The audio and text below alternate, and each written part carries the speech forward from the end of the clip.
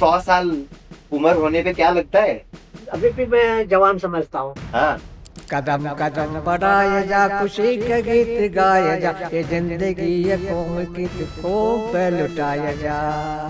मेरे भर्ती क्या था, राज बिहारी बोस नेताजी के बोल करके, तो नेताजी ने भाषण दिया था ना, ऐसा क्या कहा था उन्होंने?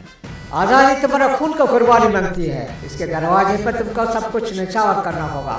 कितनी बार आपने लड़ाई लड़ी? 44 में ट्रेंच होता था, उसके अंदर आ जाओ, शाहनवाज खान दिल्लोन तुम लोग जा चले जाओ, मैं नहीं आऊँगा। ब्रिटिश वाला ने कोई हथियार तैयार नहीं किया मेरे लिए। ब्रिटिश पाइप भी है। बहुत होते थे बर्मा में, हाँ। उनसे कैसे बचते थे आप? हमारा भी तो इंटेलिजेंट है। जय जय जय जय हो भारत नाम सुबह, ये राष्ट्रीय गाना आयने का है बेटा। ये आईने का गाना था, आपको अभी भी इतने अच्छे से याद है? वॉर चल रहा था, मुश्किल कंडीशन थे, इसलिए हमारे भाई लोग क्या किया था, घास काट करके पत्ता काट करके खा करके कुछ लोग को मर गया था। नेताजी ने रेंगुन छोड़ने टाइम सबको बोला था, मैं यहाँ से जा रहा हूँ, कुछ नहीं कर रहा, सरेंडर हो जा सब। उस क्रैश में उनका डेथ नहीं हुआ? क्यों, नेताजी होने से तो ये प्राइम मिनिस्टर नहीं बन सकता। रशियन ने उनके विजय लक्ष्मी पंडित को कहा, देखो आपका स्पेशल आदमी यही है। अमेरिकन का साथ फ्रेंडशिप था, अभी रशियन का तरफ फ्रेंडशिप क्यों हुआ, आप सोच कर देखो। आईएनए के जो फाइटर्स थे उनको फ्रीडम फाइटर नहीं बनने देंगे? क्या करके लोगों को काम मंगा था कांग्रेस सरकार से, नेहरू जी बना कर दे, ये तो गद्दार है। मैं देख रहा हूँ बहुत इमोशनल हो रहे हो। क्या करूँ, नेताजी होने से कभी भी याद आ जाता है। 2 साल पहले प्राइम मिनिस्टर मोदी ने भी आपको ऑनर किया। हाँ। यंग जनरेशन ने प्रदर्शन किया, आपने सुना है उसके बारे में? सुनना, मोदी के बारे से बहुत ये लोग झगड़ा किया करके। जी जी जी, शुरू करें sir? I am already start.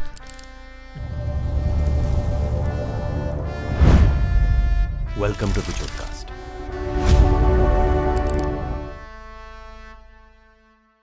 सुबह सुख चैन की बरखा बरसे, भारत बाके जागा, पंजाब सिंध गुजरात मराठा द्राविड़ उत्कल बंगा, संचल सागर विंध्य हिमालय नीला जमुना गंगा। जय Hind. Lieutenant Rangaswamy Madhavan Pillai. I am bringing you a story of a centenarian, a person who's completed 101 years as I sit with him. वो नेताजी सुभाष चंद्र बोस की सेना में भी थे, लेफ्टिनेंट रंगस्वामी पिल्लई माधवन।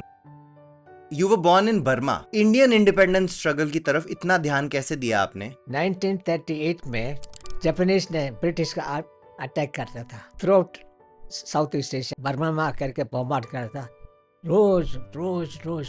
पीछे वहाँ से मेरे पिताजी ने दे करके ओवन फार्म बहुत दूर से जा करके वहाँ रहा था। हाँ। स्कूल भी बंद हो गया। 1942 में जापानियों ने बर्मा का कैप्चर कर दिया। ब्रिटिश वाले का कैदी लोग बहुत सिंगापुर में पड़ा था। सिंगापुर से राज बिहारी बोस 1942 15 फरवरी जापान से सिंगापुर जा करके वहाँ उसको देख करके कैदी लोग देख कर जापानी को बोला था, ये सब हमारा आदमी है, इसका कुछ नहीं करना, आईएनए भर्ती कर देगा, लोग को लेकर इससे काम करेगा हम सब। 14 देश में राज बिहारी बोस ने आईएएल का स्थापना किया था। राज बिहारी बोस वहाँ से सिंगापुर से बर्मा आया था। मैंने उसी टाइम में मम्मी से डैडी से बोला, मैं क्या करो, स्कूल तो नहीं जा सकता है। जब आप 16 साल के थे? 17 है। 17 में से मम्मी डैडी बोल रहा, अपने देश के लिए काम करो, आईएएल में भर्ती हो करके। उसे राज बिहारी बोस से भी मिला था, जब उन्हें काम करना शुरू किया था, प्रचार करना, फंड कलेक्शन करना, रिक्रूटमेंट का काम भी सारा काम किया मैंने। इसे करते करते 1943 में बर्मा का इंडिपेंडेंस डे था, जापानी ने आज़ादी दिलाया था। बाबू बोस को बर्लिन से चीफ गेस्ट बुलाया था उसका, 1943 29 जुलाई 3 दिन नेताजी रंगून में ठहरा था। हर एक हिंदुस्तानी से मुलाकात हुआ, मुलाकात के बात किया था। पीछे मैंने राजबिहारी के बोस को, जब मैंने यहाँ से इंडियन इंडिपेंडेंट लीग से मैं INA भर्ती होने जा रहा, मेरी इच्छा है, आप भर्ती करा दो। वो तो चलो मैं, अब आप 18 साल के हो गए थे तब, 18 इयर्स। INA हेडक्वार्टर में, उधर मैं रिक्रूटिंग डिपार्टमेंट में काम किया था। जब आप सीरियम में पैदा हुए थे तो सीरियम की क्या मेमोरीज हैं? सी में तो उस टाइम मैं 5 साल में स्कूल में भर्ती किया था।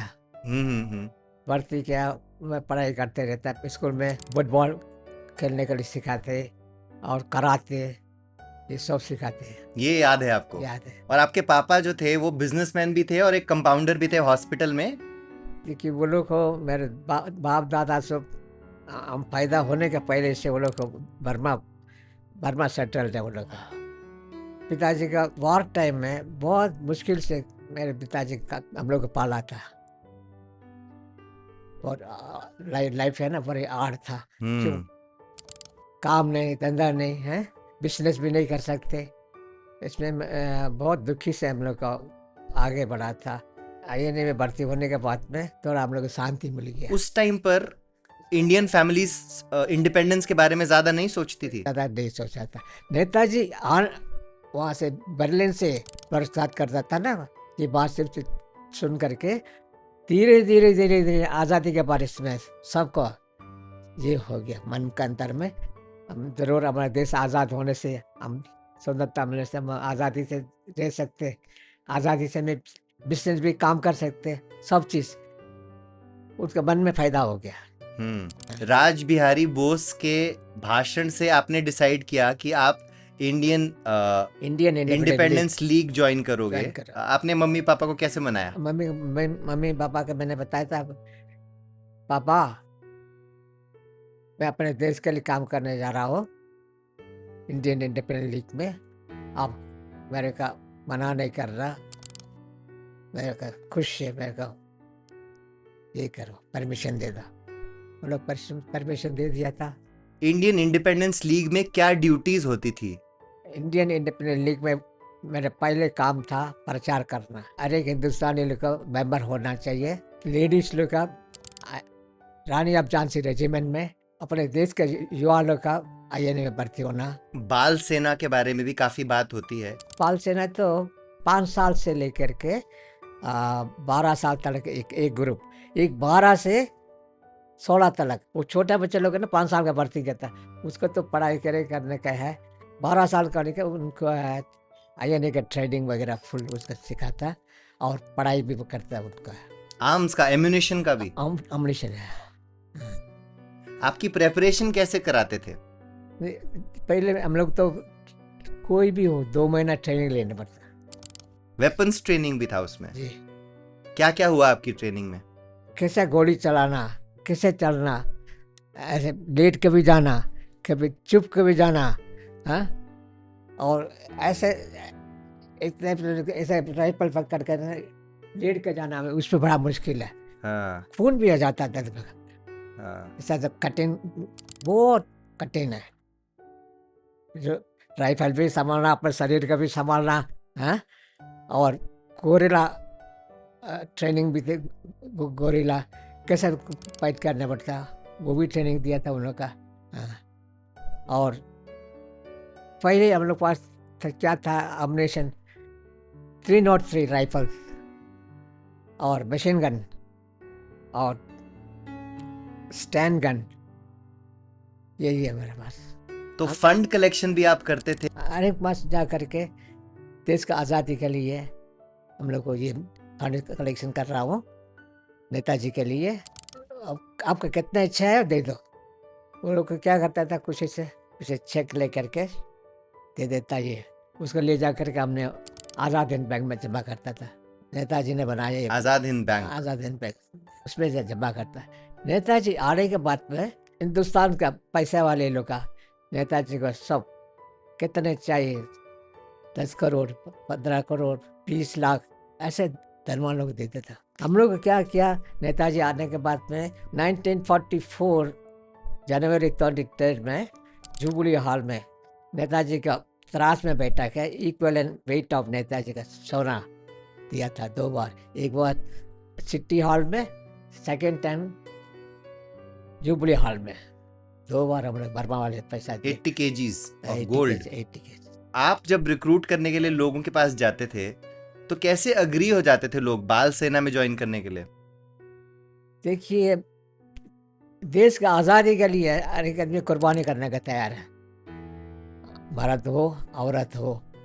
वो अपने देश का के लिए अपने बच्चा का भी तो वो लोग निछावर कर दिया, देश के लिए। मुश्किल होता था किसी को कन्विंस करना मुश्किल नहीं, कि बच्चों को ज्वाइन करने दें? नहीं, मुश्किल नहीं, सब लोग रेडी थे। रेडी थे, एवरीबडी रेडी।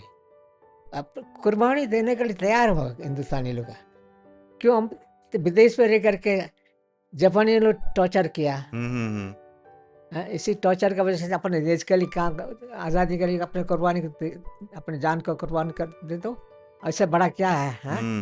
देश आज़ाद हो जाएगा जी। और इसी तरह आपने भी डिसाइड किया जब आपने सुना नेताजी का भाषण 1943 में, तो फिर आपने भी डिसाइड किया कि आर्मी, अब आईएनए भी ज्वाइन करोगे? जरूर ज्वाइन करके काम करना है। मेरे भर्ती किया था रासबिहारी बोस।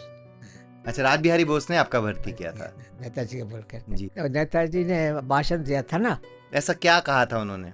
आजादी तुम्हारा खून का कुर्बानी मांगती है, इसके दरवाजे पर तुमको सब कुछ न्यौछावर करना होगा, अपने दौलत, अपने जान, अपने औलाद। तुमने अब तक सब कुछ दिया, सोने चांदी के खजाने, फड़कते बाजू तड़कते दिल, मगर आजादी के प्यास इतने में नहीं बुझती। आज मातृभूमि पर सिर चढ़ाने वाले पुजारियों की जरूरत है। इसलिए मैं वादा करता हूँ कि तुम मुझे खून दो, मैं तुम्हें आजादी दूंगा। जय हिंद। कितनी बार आपने लड़ाई लड़ी? 44 में फर्स्ट यहाँ एक लड़ाई हुआ था, कालादान रिवर करके, अरकान डिस्ट्रिक्ट में, ईस्ट पाकिस्तान से नजदीक है।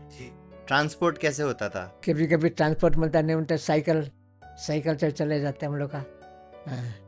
वो बैलगाड़ी है, उसी में चले जाता है। सोल्जर्स बैलगाड़ी में जाते थे? क्या करो, आईएनए के बाद शक नहीं है, वो उनसे मदद लेने पड़ता, जापानियों से। जापानी ने बहुत मदद किया था आईएनए का, कितने एमुनेशन वगैरह सारा दिया था ना, ये तो जापानियों ने।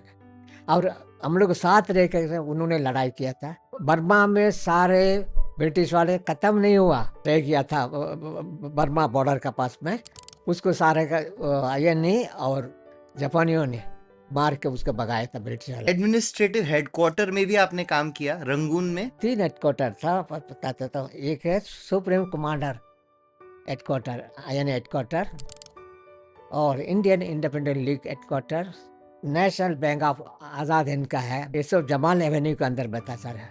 और 14 देश में इंडियन इंडिपेंडेंट लीग भी था और आईएनए का रेजिमेंट था।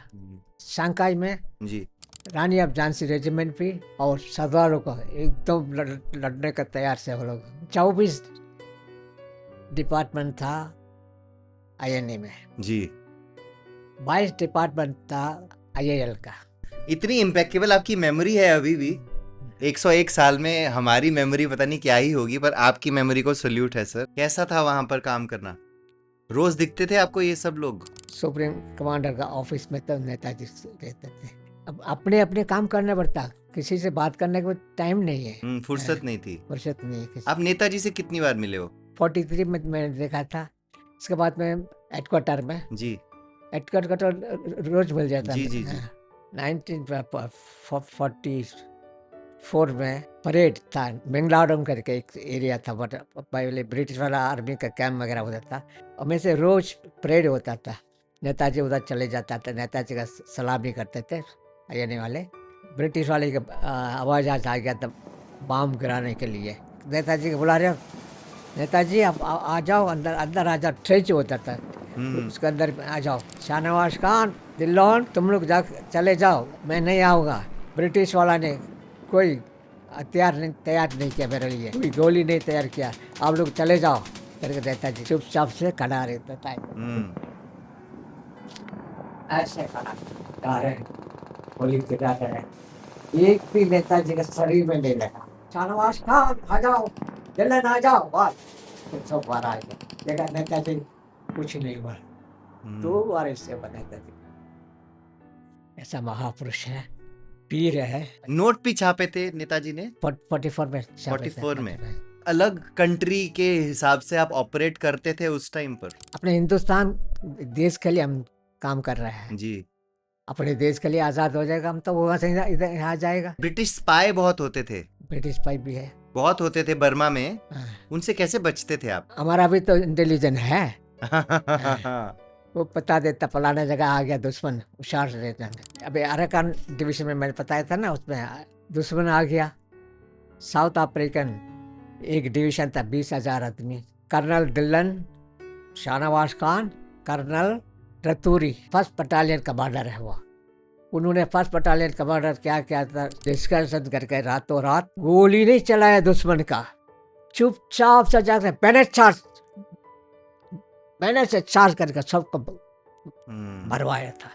कुछ लोग भाग रहे हैं, कुछ लोग यहाँ तक मर गया। तो इतना अच्छा इंटेलिजेंस था आईएनए का भी, इंटेलिजेंट था। तो जब चलो दिल्ली का जब नारा लगा, इसी के बाद हुआ वो, जब बर्मा में हेडक्वार्टर्स में आप काम कर रहे थे। ये नेताजी का नारा है, दिल्ली का रास्ता, आजादी का रास्ता, चलो दिल्ली। इसके बाद शुरू हुआ मेन मूवमेंट 1944 में 44 और 45 तक चला। ये मैंने बोला ना कालादान दिवस, वो पहले से स्टार्ट हो गया था। नेताजी आने के बाद में Netaji INA headquarter, bank, IIL headquarter सब का जनवरी 7 तारीख सारा डिपार्टमेंट बनवा कर वहाँ करके सारा सेटअप करके बाद में 1944 में शुरू हो गया लड़ाई। मणिपुर, नागालैंड, आसाम तीनों जगह। मणिपुर की तरफ से फर्स्ट कोरिला रेजिमेंट सुभाष ब्रिगेड, उसका कमांडेंट का नाम शाहनवाज खान ने अटैक किया था मणिपुर का। सेकेंड कोरिला रेजिमेंट गांधी ब्रिगेड, उसका कमांडेंट उसका नाम आईजे कैनी, नागालैंड का अटैक किया। थर्ड कोरिला रेजिमेंट आजाद ब्रिगेड, कमांडेंट गुलजारा सिंह, उन्होंने आसाम का अटैक किया। और शौकत अली मलिक इंटेलिजेंट ब्यूरो का कमांडेंट था, उन्होंने मोहरम का अटैक करके फतेह करके झंडा लहराया था। जब ये वॉर चल रहा था तो ऐसा भी था कि खाने के लिए भी बहुत मुश्किल, हाँ। डिजीज हो रहा था बहुत। खाने के लिए मुश्किल है, राशन पानी। इसलिए हमारे भाई लोग ने क्या किया था, घास काट करके, पत्ता काट करके खा करके कुछ लोग को मर गया था, पेचस होके मर गया। बचने वाला बच गया था। और आखिर में रिट्रीट होने टाइम में पीछे खाने के लिए बड़ी मुश्किल है। शाहनवाज खान ने क्या किया था, नागा लोग को बुलाया था, सबको बुला करके हम लोग को खाना नहीं खाने के लिए हम लोग ने खाना तैयार करो। उन्होंने बोला नहीं हम खाना नहीं खाए, कोई बात नहीं, आप लोग को पहले हमने खाना खिलाया करके वो नागा लोग को खाना खिलाया। इतना सपोर्ट था लोगों का लड़ाई के लिए, फिर भी रिट्रीट करना पड़ा, हारना पड़ा। देखिए बेटा, हम क्यों रिट्रीट हुआ बोलने से, ये मानसून का कारण।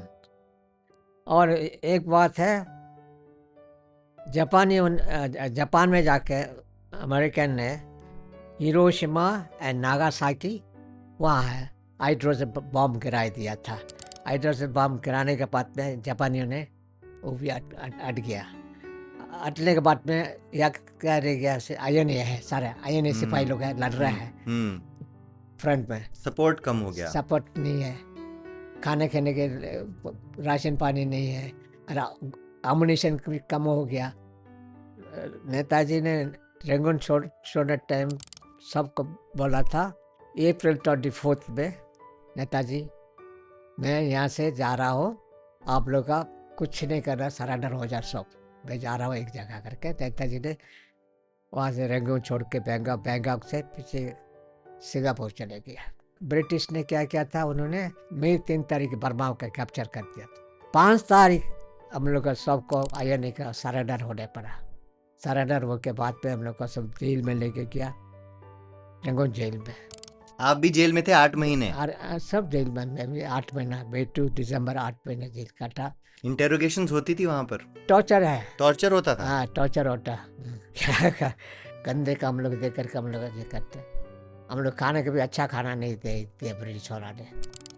वो लोग अच्छा खाना खाते थे, हम लोग के लिए अच्छा खाना नहीं मिला। आने वाला के लिए, सबके लिए नहीं, ये नहीं कर रहे, टॉर्चर भी था। तो आप जेल में ही थे जब आपको पता चला कि नेताजी का एक्सीडेंट हो गया, ताइवोकू में, क्रैश हो गया है? ताइवोकू में। क्या याद है आपको उस टाइम का, कैसे पता चला आपको? हम लोग का रेडियो टेलीकास्ट होता ना, रेडियो न्यूज़ में हम लोग सुन गया नेताजी कैसे करके। हम लोग का माना नहीं है नेताजी क्रैश नहीं हुआ। आपको ये लगा? अभी भी कई लोग कहते हैं कि वो जिंदा थे काफी टाइम तक। नेताजी वहां से गायब हो गया, ताइवोकू से, प्लेन क्रैश में मरा नहीं है। वहाँ से रशिया पहुंचा था, रशिया वहाँ जाता रशियन लोग उनका कहाँ जाके देखा बोलने से साइबेरिया में देखा था। आपको अभी भी लगता है कि वो उस क्रैश में उनका डेथ नहीं हुआ? गंगोजी टेम्पल में उसका ऐश भी है ना, वो नहीं, उसी के नहीं है। आजादी के बाद इंडिया क्यों नहीं आए फिर वापस? ब्रिटिश वाला ने बोला हम आज़ादी दिला दूंगा तुमको, आज़ादी दे देंगे, मगर सुभाष को मैं जिंदा मेरे को पकड़ देना, जिंदा वाल, वो साइन करो करके साइन ले लिया नेहरू जी से। नेहरू जी तो नेताजी को मानते नहीं है, क्योंकि नेताजी होने से तो ये प्राइम मिनिस्टर नहीं बन सकता। असली प्राइम मिनिस्टर है नेताजी है, हाँ क्या वो, ऐसा आपको लगता है? ये तो नेहरू जी का चाल है। गांधी भी इतने प्यार करता था नेताजी, एक इलेक्शन में खड़ा होता था नेताजी ने, उस टाइम में पट्टाभी सीताराम करके एक उसके गांधी जी ने उसका भी इलेक्शन में खड़ा किया। तो क्या बोला था गांधी जी ने, क्या कहा था, सुभाष पट्टाभी सीताराम का हर है वो मेरा हर है। ये बात को सुनकर के नाराज हो गया नेताजी ने, कैंसिल करते हैं। आपने जो अभी कहा कि नेहरू जी ने साइन किया था ब्रिटिशर्स के साथ की, तो आपको लगता है कि नेहरू जी को भी ये मालूम था कि नेताजी जिंदा हैं? वो भी बात बताता हूँ। रशिया में आज़ादी मिलने के बाद विजय लक्ष्मी पंडित, वो तो एम्बेसडर था, रशियन ने उनके विजय लक्ष्मी पंडित को कहा, देखो आपका स्पेशल आदमी यही है हमारे पास। उन्होंने बता दिया नेताजी इधर है, वो देख करके आके पंडित जवाहरलाल नेहरू को बोला, मैंने असली आदमी का मैंने देखा था साइबेरिया में। उन्होंने क्या कर दिया था, पल्लू का पकड़ करके चुपचाप से बैठो, ये बात इधर नहीं करना करके बैठा दिया। उसके बाद पे नेहरू जी ने अमेरिकन का तरफ से लोगों को पहले फ्रेंडशिप था, सडनली रशियन का बेस में चले गया। क्यों रशियन का बेस में चले गया? नेताजी उधर है, इसलिए किसी भी नेताजी को कुछ भी करना है, इसलिए उस बेस बदल गया। और अमेरिकन का साथ फ्रेंडशिप था, अभी रशियन का तरफ फ्रेंडशिप क्यों हुआ? आप सोच कर देखो। ये लोग कम्युनिस्ट को पहले नहीं मानता था, हा? अभी क्यों माना है लोगों कम्युनिस्ट को लगा? नेताजी के वजह से। जेल से बाहर आए आप दिसंबर 1945 में, तो फीलिंग क्या थी उस वक्त? नेताजी आऊँगा अगर बोल के गया था, हम लोग आऊँगा, तुम लोग डरो मत। इसलिए हम लोग बोला दोबारा भी हम ब्रिटिश वाले से लड़ूंगा, छोड़ेगा नहीं है। आपको लगता था फिर से वॉर होगा? जरूर, दोबारा दोबारा होगा, डरो मत। ब्रिटिशर्स ने रेड फोर्ट पे 3 लोगों को ट्रायल पे भी रखा था। शाहनवाज खान, सहगल, दिल्लन। आपको मालूम था उसके बारे में? नहीं, इसमें कौन रिया था जेल के अंदर, तो मेरे को पता है। मतलब आप रेडियो पे सुनते थे? रेडियो का खबर था, मगर इंडिया की जनता को उस ट्रायल ने बहुत यूनाइट कर दिया था। हम तो सोचा कि तो जिएगा नहीं मरेगा, ये तो भगवान का आत्मा है, भगवान उनके बचा दो तीनों करके हम लोग प्रार्थना करते हैं। हम क्या कर सकते हैं, दूर दूर से हम लोग का। इधर आने के बाद मैं जिंदा देखा था, मैं उतना खुश हो गया जी। उसके बाद आपने कहा आप मिले हैं? और दिल्लन का मिला, साइगल का मिला, रतूरी का मिला, मैं क्यों आया था मद्रास छोड़ करके दिल्ली। मद्रास में रहने की इच्छा नहीं है। हमारा दोस्त लोग सब है यहाँ दिल्ली में है, और मैंने सुना और आईएनए का all India INA committee office भी दिल्ली में है, सारे लोग इधर ही है। मतलब आईएनए के प्यार की वजह से ही आप मद्रास छोड़ के भी दिल्ली आए? दिल्ली आ गया था, यहाँ कर सारा ढूंढ करके सारा से मिल गया, और आईएनए ऑफिस में भी काम किया था 14 साल। जी। जब भारत आजाद हुआ तो आप उसी वक्त क्यों नहीं आ गए इंडिया? हमारा तो कोई जहाज नहीं है, कुछ नहीं है, फ्लाइट नहीं है, कैसा आ सकता? जी जी जी। मगर आपका घर तो था, तमिलनाडु में घर तो था। हाँ, तमिलनाडु में फैमिली भी था। तमिलनाडु में प्रॉपर्टी बहुत ज्यादा है। तो आपने उस वक्त नहीं सोचा कि इमीडिएटली आ जाएं? प्रॉपर्टी वो रहेगा, वो कहीं नहीं जाएगा। जी। जर्मन एम्बेसी में 1960 से 71 अप्रैल तक काम किया था। उसके बाद यहाँ हिंदुस्तान आ गया। मैंने मद्रास में 3 साल रहा था। उसके बाद में दिल्ली आएगा 74 में। माँ ने क्या बोला था, बेटा चलो हिंदुस्तान चल जाएगा, मैं यहाँ नहीं रहेगा करके वो रोते था। माँ के इधर लेकर आया। वो 3 साल यहाँ पे गुजर गया। माँ गुजरने के बाद में मैं दिल्ली आ गया। 74 में आकर के कुछ एक काम ढूंढा था, काम नहीं मिला। एक सिंधी था, बहुत अच्छा आदमी है, उनका एक ड्राइवर ज़रूरत है। उसके साथ 1 साल तो काम किया मैंने। दूसरे साहब को ऑर्डर हो गया था ईरान जाने के लिए। पीछे मेरे कभी उसके बीबी को बोला मादन के भी ले आना, उसका छोड़ना नहीं है, उसके साथ में लिया। मैंने आज छोटे नहीं जा सकते, जन्म का भूमि को छोड़ करके अपने दिल्ली देश आया आया, यहाँ से अपने देश को छोड़ कर नहीं जाऊँगा, माफ़ करना। बैठे बैठे मैंने सोचा क्या करूँ। जर्मन एम्बेसी में बर्मा में काम किया था, या हिंदुस्तान में भी कोई अपने जानने वाला हो भी सकता है करके टेलीफोन डायरी उठा कर देखा। नंबर 2 न्याय मार्ग, जर्मन डेमोक्रेटिक रिपब्लिक। तो यहाँ पर फिर 10 साल आपने काम किया लगभग? 10 साल। इसके बाद में एक रेडियो डिपार्टमेंट था उसका, बर्लिन रेडियो डिपार्टमेंट का 7 साल काम किया। यूनिफिकेशन हुआ ना 90 में ना, यूनिफिकेशन का। उससे ये डाइमलर बेंज में काम किया था मैंने, डाइमलर बेंज में। मगर आपने ये भी कहा कि मुश्किल था, वेटरन्स आईएनए के रिकॉग्नाइज नहीं कर रहे थे गवर्नमेंट। नेहरू जी के पीरियड था, या आकर के लोगों को काम मंगा था कांग्रेस सरकार से। नेहरू जी मना कर दे, ये तो गद्दार है, इसका कुछ काम नहीं देना है गद्दार लोग का। क्यों कहते थे ऐसा? वो हम लोग का अगेंस्ट है ना, आईएनए से अगेंस्ट है, शुरू से अगेंस्ट है। वो चाहते नहीं थे कि ये तरीका अपनाएं। पेंशन तक देना वो मना किया था। जनसंघ की उसमें 2 आदमी था, एक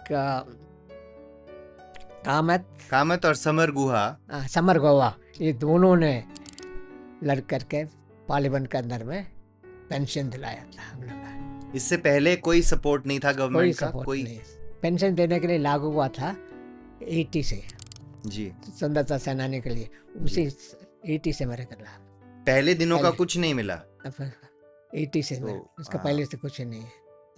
So if anybody, any diplomat, any party person, anybody in the government is listening to this, so please maybe you can look into it and see how they can get compensated. I don't think there are very many of these people who are left who fought in the INA.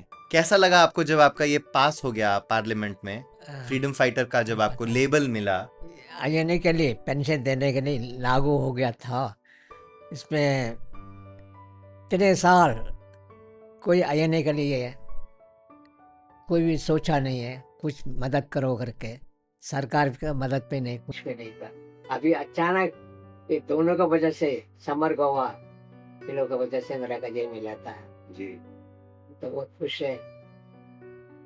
इतने सालों के बाद में pension मिल रहा है, हमें अकेला नहीं है, हमारा भाई लोग कितने हैं। जी जी। 2024 में 2 साल पहले प्राइम मिनिस्टर मोदी ने भी आपको फेलिसिटेट किया और अवार्ड किया और ऑनर किया। पराक्रम दिवस बुलाया था, मैं गया, अच्छे से हाथ मिलाया, बातचीत किया था। सम्मान भी दिया था, उन्होंने ऑनर किया। और आप और भी कुछ और भी सम्मान आप जीत चुके हो। ये गवर्नमेंट ऑफ तमिलनाडु ने आपको ये अवार्ड दिया है, ऑनर किया है। और ये रिसेंटली गवर्नमेंट ऑफ ओडिशा 2025 में। सबसे बेस्ट मोमेंट कौन सा था, तमिलनाडु वाला या फिर ये ओडिशा वाला या फिर प्रधानमंत्री मोदी वाला? प्रधानमंत्री का, वो आपके दिल के सबसे करीब है। ये है अपने भाई लोग दे रहे हैं जी देश के लिए, आजाद के लिए काम किया है जी जी तो लोग दे रहे हैं, ये भी मेरा खुश है। मोदी जी तो अपने प्राइम मिनिस्टर है, जी इतना अच्छे मन से एक स्वतंत्रता सेनानी को बुला करके सम्मान दे रहे हैं, जी। बहुत बड़ी बात है। आपने अपना 100 बर्थडे सेलिब्रेशन मनाया, वॉर मेमोरियल पे आप एक रीत लेकर के गए थे और काफी चैनल्स ने भी आपको कवर किया उस वक्त। पहले तो 100 साल उम्र होने पे क्या लगता है, कैसा लगता है 100 इयर्स ओल्ड होने के बाद? अभी भी मैं जवान समझता हूँ। हाँ, मन का मैं स्ट्रॉन्ग रखता हूँ, अपने हिम्मत करने चाहिए, मरने तलक है हिम्मत से रहूंगा। वो जगह क्यों चुनी? क्यों? नेताजी का टेक्सचर है, नेताजी है मेरे लीडर है, वो उसी का सामने जा करके सैल्यूट करके सेलिब्रेट कर मेरे मन का आशा था, पूरा हो गया। और नेताजी का कितने सरकार आकर के चले गया था, आखिरी जनता पार्टी आकर के मोदी साहब ने नेताजी को स्टैचू लगाया। कोई भी नहीं सोचा था, कोई प्राइम मिनिस्टर अगर ये महान नेताजी के स्टैचू लगाया, बड़ी बात है। और इस साल आपने जन्मदिन पे क्या किया? 101 होने पे आप वहीं गए थे फिर से? हर एक साल। अब आप हर साल वहीं जाएंगे? ब्रिलियंट। मैंने कुछ गेम्स भी बनाई हैं आपके लिए। मैं एक इंसान का नाम लूंगा, आपके माइंड में पहला चीज क्या आता है आपको बताना है। राश बिहारी, एकदम जोश पैदा होगा। उन्होंने आपको रिक्रूट किया था? हाँ, बहुत रिकॉर्ड किया है पैमा में।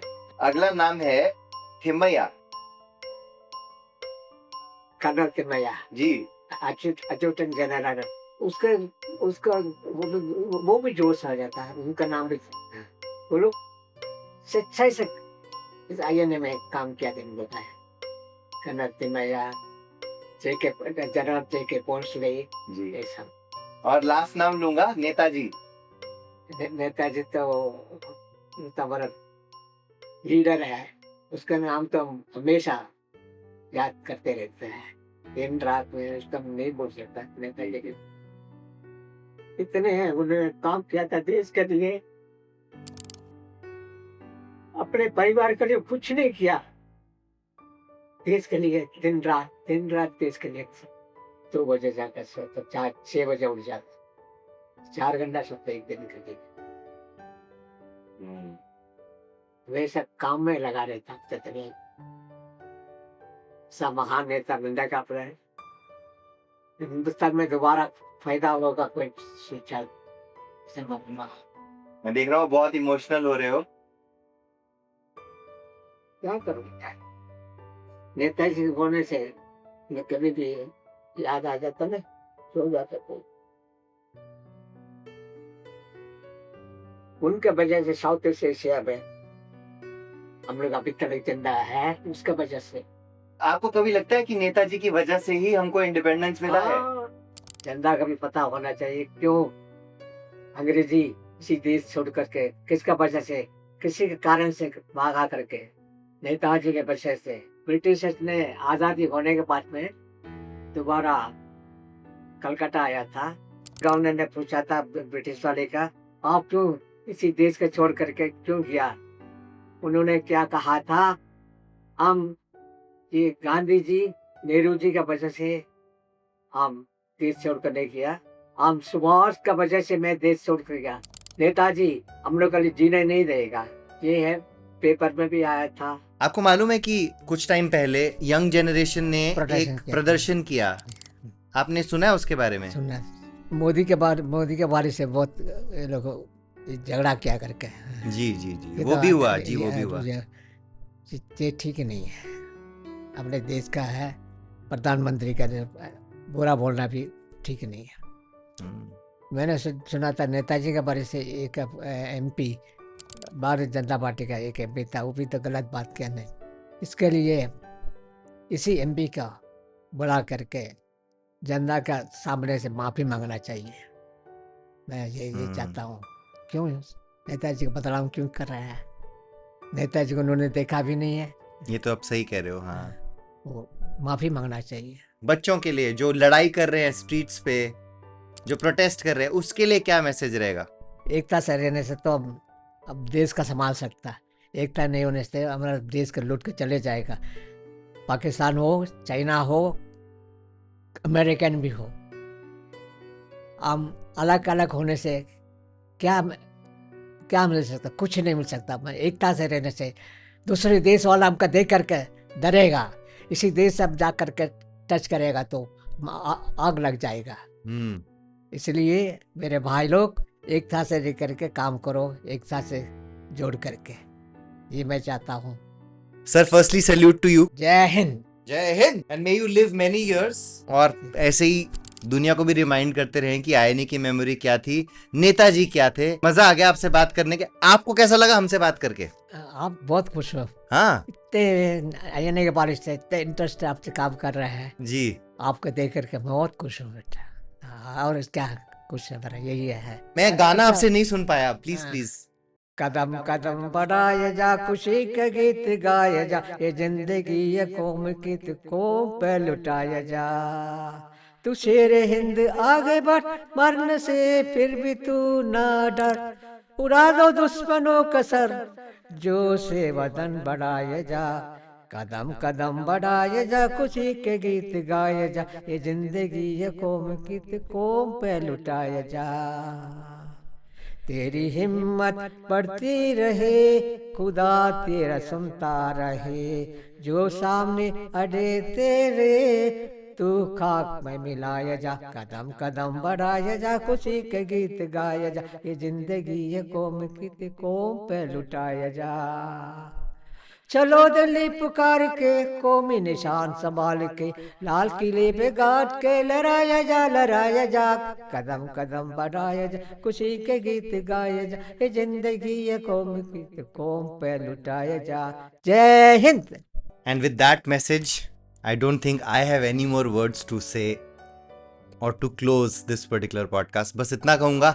बहुत बहुत धन्यवाद। Thank you. बहुत मजा आया। बहुत बहुत आपसे देखे बहुत खुश हूँ। Right. इतना सेवा कर रहा है देश के लिए, गॉड ब्लेस यू आपका। Thank you so much sir. ऐसे ही और स्टोरीज के लिए please keep following the Jotcast and make sure you subscribe to our channel as well, क्योंकि ऐसी बहुत सारी स्टोरीज और भी आती रहेंगी। Thank you sir.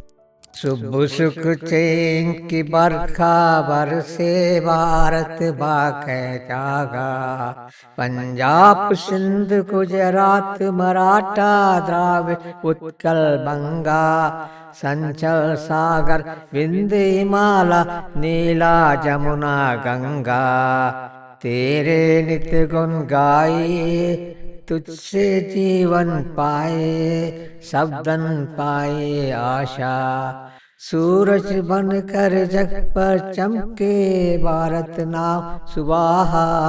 जय हो जय हो जय हो, जय जय जय जय हो। सबके दिल में प्रीत बसाए, तेरी मीठी वाणी, हर सुबह के रहने वाले, हर मजहब के प्राणी, सब भेद और फर्क मिटाते, सब गोद में तेरी आगे गूंजे प्रेम की माला, सूरज बनकर जग पर चमके, भारत नाम सुबाहा। जय हो जय हो जय हो, जय जय जय जय हो, भारत नाम सुबाहा। सुबह सवेरे पंख पकेर तेरी गुण गाए, पास परी भरपूर वाये, जीवन में रित लाए, सब मिलकर हिंद पुकारे, जय आजाद हिंद किनारे, प्यारा देश हमारा, प्यारा देश हमारा। जय हिंद।